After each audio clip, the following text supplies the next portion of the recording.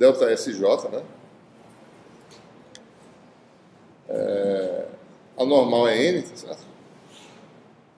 Escalar rotacional de A, o campo vetorial da gente é A, né? Tá passando por aí, o campo.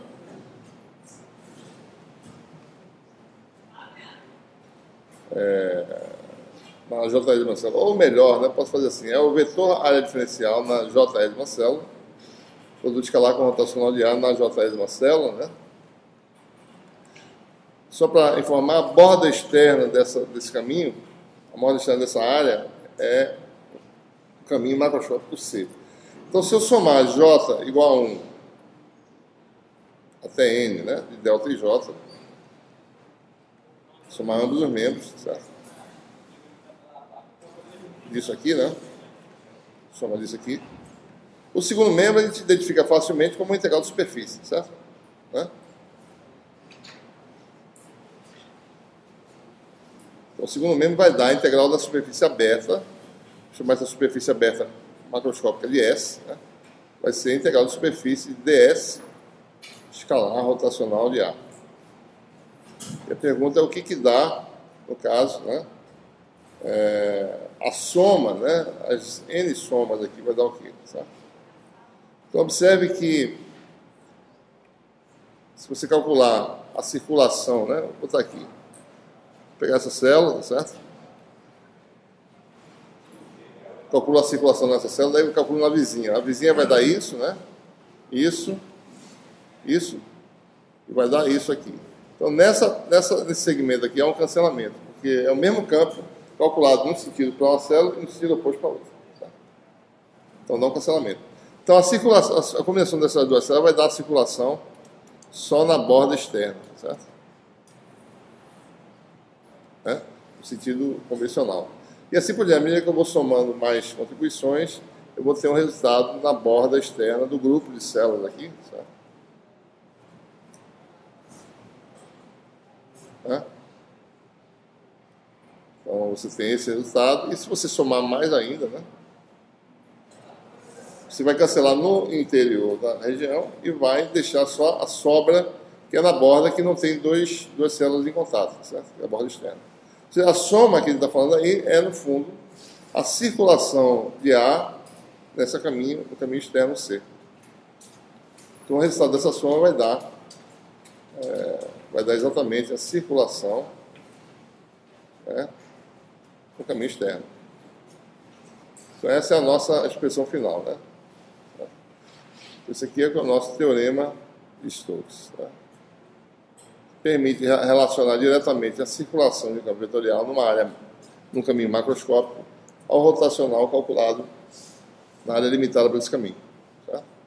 Então aí você tem diretamente, se o campo é irrotacional, ele tem circulação nula. Tá? Vem aqui direto. Certo? Então, porque é irrotacional, ele tem integral de linha fechada a zero, qualquer que seja o caminho. Tá? Certo? Muito bem. Para fechar esse capítulo, uma pergunta aí, pessoal.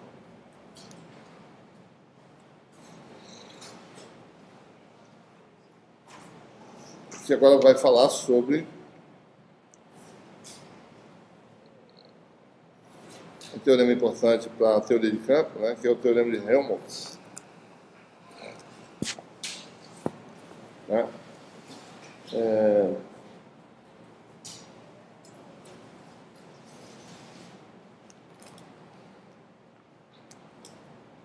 O teorema de Helmholtz diz que um campo ele é completamente especificado se a gente souber o divergente e o rotacional e uma propriedade na superfície que limita a região de estudo desse campo. Então, se eu soubesse as duas operações, divergente e rotacional, eu vou saber o campo quase totalmente, eu vou saber ele a menos de constante. Se eu especificar na borda da região uma propriedade, por exemplo, em geral, a componente normal desse campo, então eu completamente especifico um único campo. Só um campo satisfaz essas três propriedades. Essa é essencialmente esse é essencialmente o que diz o teorema de Helmholtz, certo?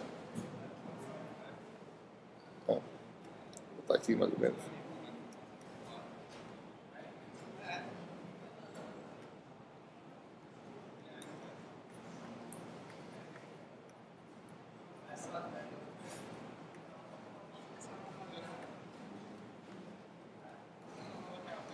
Então, suponha que você queira saber sobre um campo de uma região fechada. Essa região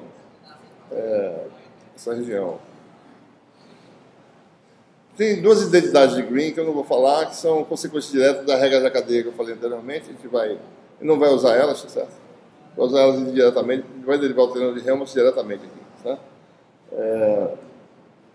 Então, essa região é uma região do espaço tridimensional, ela tem associada a ela um volume V e uma superfície sigma que limita essa região, né?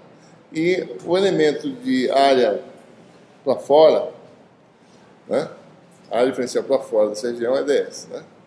Então, suponho que eu quero saber, eu estou estudando um campo vetorial A nessa região. Então, a pergunta é, que tipo de operações diferenciais eu preciso para completamente especificar esse campo? E eu tenho também que especificar a condição de fronteira, porque se eu não souber a condição de fronteira, eu tenho o resultado das equações diferenciais a menos de constantes, certo? As constantes são obtidas quando se aplica a condição de fronteira. Ou seja, se o campo está limitado, a condição de fronteira é quem é o campo, tá certo? Ou uma componente do campo nessa região aqui. Então, o teorema de Helmholtz diz que o campo é completamente especificado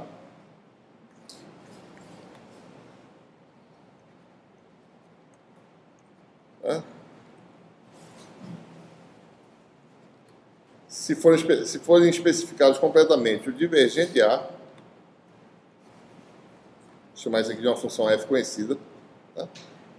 Isso aqui é especificado. Eu sei f em todos os pontos de V, certo? Se for especificado completamente o rotacional de A, certo? E a propriedade que a gente quer falar, bom, digamos que a normal para fora seja n, né? É a componente normal de A na fronteira da região. Certo? Então, se eu souber completamente essas propriedades, eu tenho só um campo que satisfaz essas propriedades. Isso é importante porque as equações de Maxwell são especificações de divergente e rotacional dos campos. Eu tenho que ter certeza que só tem uma solução, não mais de uma, para cada problema que eu tiver, certo?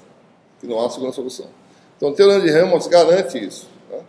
Quando você resolve esse problema, só tem uma solução que é a segunda. Tá? E também diz o seguinte, para mim ter esse campo completamente, eu não posso só saber o divergente dele, eu tenho que saber também o rotacional. Vice-versa, não tem que saber só o rotacional, tem que saber também o divergente. Se eu souber só o divergente, eu sei pouco sobre o campo, tem que saber mais, certo? Bom, isso é demonstrado assumindo que existe um segundo campo que satisfaz as mesmas propriedades e mostrando que esse segundo campo é o mesmo campo A. Eu suponho que você tenha o segundo campo que tem a mesma propriedade, um campo B, que tem o mesmo divergente, mesmo rotacional, certo? E a mesma propriedade na fronteira, ou seja, exatamente igual, né?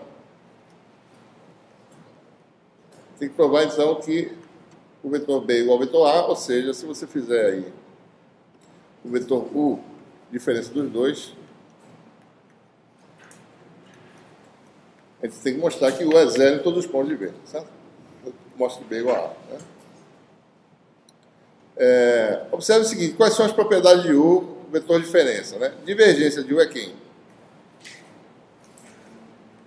É divergente de B menos divergente de A, que dá zero. Mesma coisa para o rotacional, né? Que é a diferença dos rotacionais. Além disso, o N na superfície é zero, certo? Então é tudo zero, né? Parece evidente que U seja zero, mas não é tão simples assim. Ele é zero, de verdade, mas tem que mostrar isso aí, certo? Duas tipos de derivadas são nulas, certo? E um normal na superfície é zero. Diga.